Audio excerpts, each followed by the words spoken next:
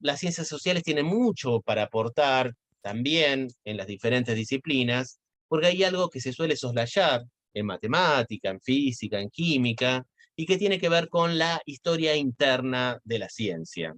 Esto es decir, eh, una manera de enseñar educación sexual integral es visibilizar cómo a lo largo de la historia ciertas profesiones o ciertas áreas discriminaban a las mujeres.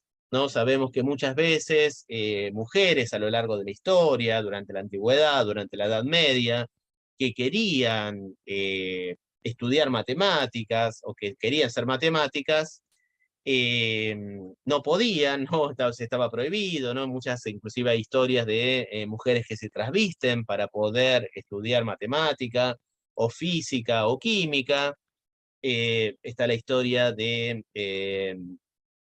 Hipatía, ¿no? De Alejandría, como una de las primeras matemáticas. Sabemos también las situaciones de discriminación que sufrió para poder ser matemáticas. Sabemos que, por ejemplo, también en materias claves como filosofía, para que aparezca la mujer, bueno, en la antigüedad casi no aparece, ¿no? Solamente se habla de Sócrates, de Platón, de Aristóteles, pero nunca se habla de Hipatía, que también es una de las primeras filósofas. Tenemos que esperar hasta la Edad Media que aparezca Eloísa, pero también aparecen otras tantas, ¿no? Hannah Arendt.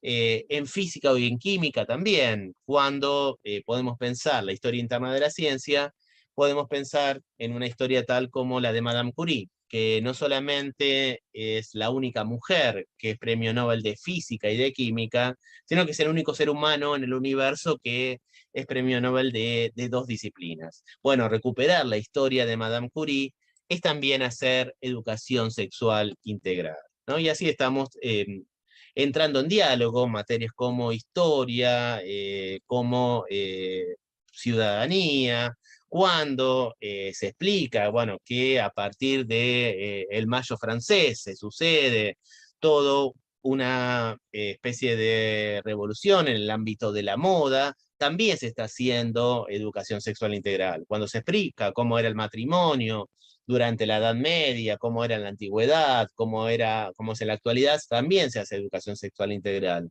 Cuando se explica cómo la mujer era, tenía el mismo estatus que los esclavos o que las cosas en ciertos momentos de la antigüedad greco-romana, también se está haciendo educación sexual integral. Entonces vemos cómo particularmente se precisa siempre de la herramienta de las ciencias sociales para poder pensar en diferentes disciplinas y cómo las diferentes disciplinas también entran en diálogo. Cuando se piensa en un tema filosófico por excelencia, como es el tema de la amistad. El tema de la amistad aparece ya en filósofos como Aristóteles, como Epicuro, y llega hasta Nietzsche. También se está pensando, se está haciendo educación sexual integral. Cuando se piensa cómo era el amor en el banquete de Platón, también se está haciendo educación sexual integral. Es decir, que los contenidos están ahí. Muchas veces lo que hay que hacer es visibilizarlos, ¿sí? Cuando se explica la historia de Alfonsín Storni, de sus luchas por visibilizar el dominio patriarcal, ¿no? En poesías tales como Tú me quieres blanca, o en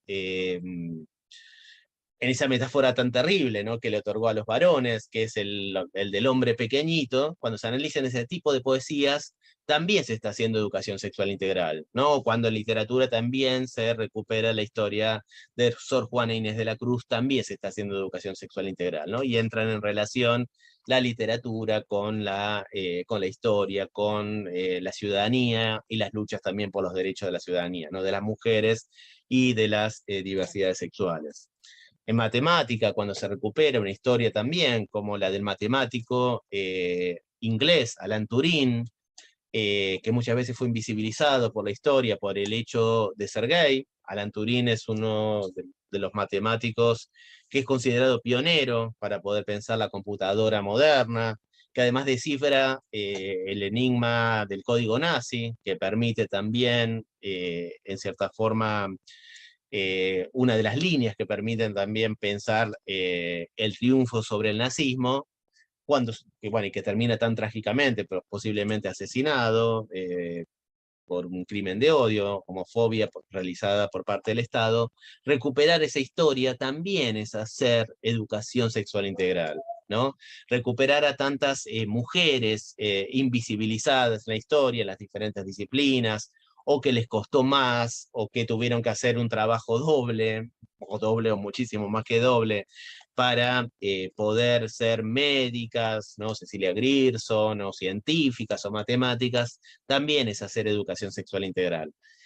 Cuando uno piensa también, ¿no? Desde la literatura, eh, textos como El unicornio de Marco de Nevi, donde aparecen afectividades diversas, también se está haciendo educación sexual integral, porque también creo que una de las cuestiones muy importantes de hacer de la educación sexual integral es poder habilitar diferentes formas de amar, de pensar, de sentir, diferentes afectividades desde la más tierna infancia. Por eso es muy necesario también que la educación secundaria se articule con la educación inicial y con la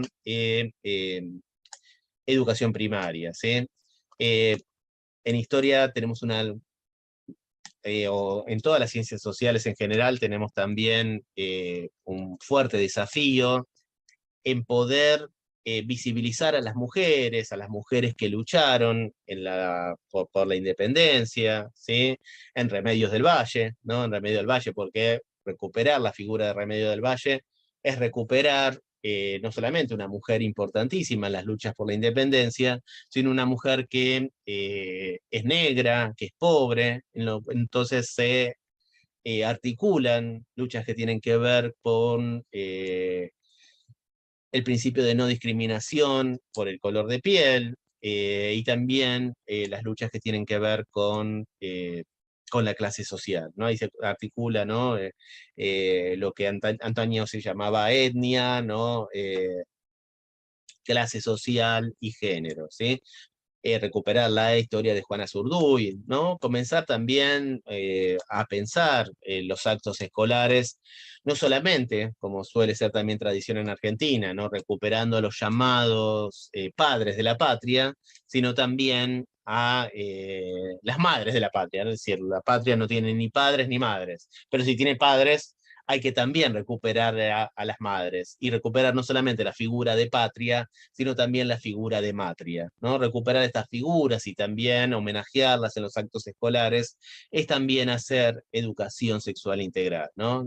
La verdad que hay muy fuertes desafíos desde las ciencias sociales.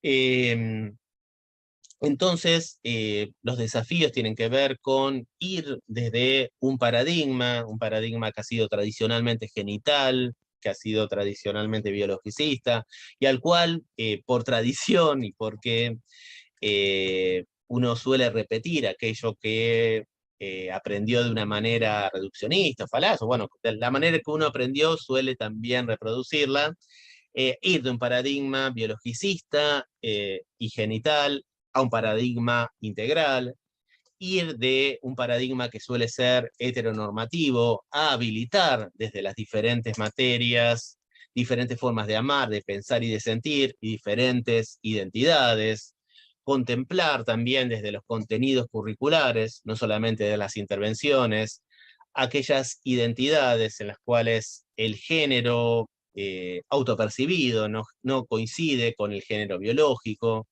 pensar eh, a las familias en términos de familias, no pensar como, y pensar también en los contenidos curriculares en ese sentido, no pensar, o las notas que se les mandan a las familias, no pensar mamis o señores padres, sino referirse a las familias como familias, porque también hay familias que son homoparentales, hay familias formadas solamente por varones, por matrimonio de mujeres, hay familias ensambladas, contemplar las diferentes familias y habilitarlas es también hacer educación sexual integral. Eh, ir de un paradigma que siempre tuvo que ver con la dominación masculina a un paradigma que respete el principio de no discriminación por género y que valorice también, por supuesto, el rol de las mujeres, ¿no? Y que tienda a la equidad de género y a igualdad entre mujeres y varones, esa también hacer educación sexual integral. Por eso también es muy importante recuperar el rol de las mujeres en la historia y las luchas, las diferentes luchas de las mujeres por los derechos civiles, políticos y económicos. Y finalmente también poder salir de ese paradigma tan heteronormativo, ¿no? Que en el cual todos nos formamos, y poder ir pensando un paradigma que también bajo el principio de no discriminación tenga una particular mirada de cuidado que tienda a la equidad de lesbianas, gays, travestis, trans y también identidades no binarias, ¿no? Hay que tener una mirada de cuidado en donde se respete el principio de no discriminación y tratar de producir desde el lenguaje, desde los contenidos curriculares, el principio es del menor daño posible, de la mayor inclusión posible, ¿sí?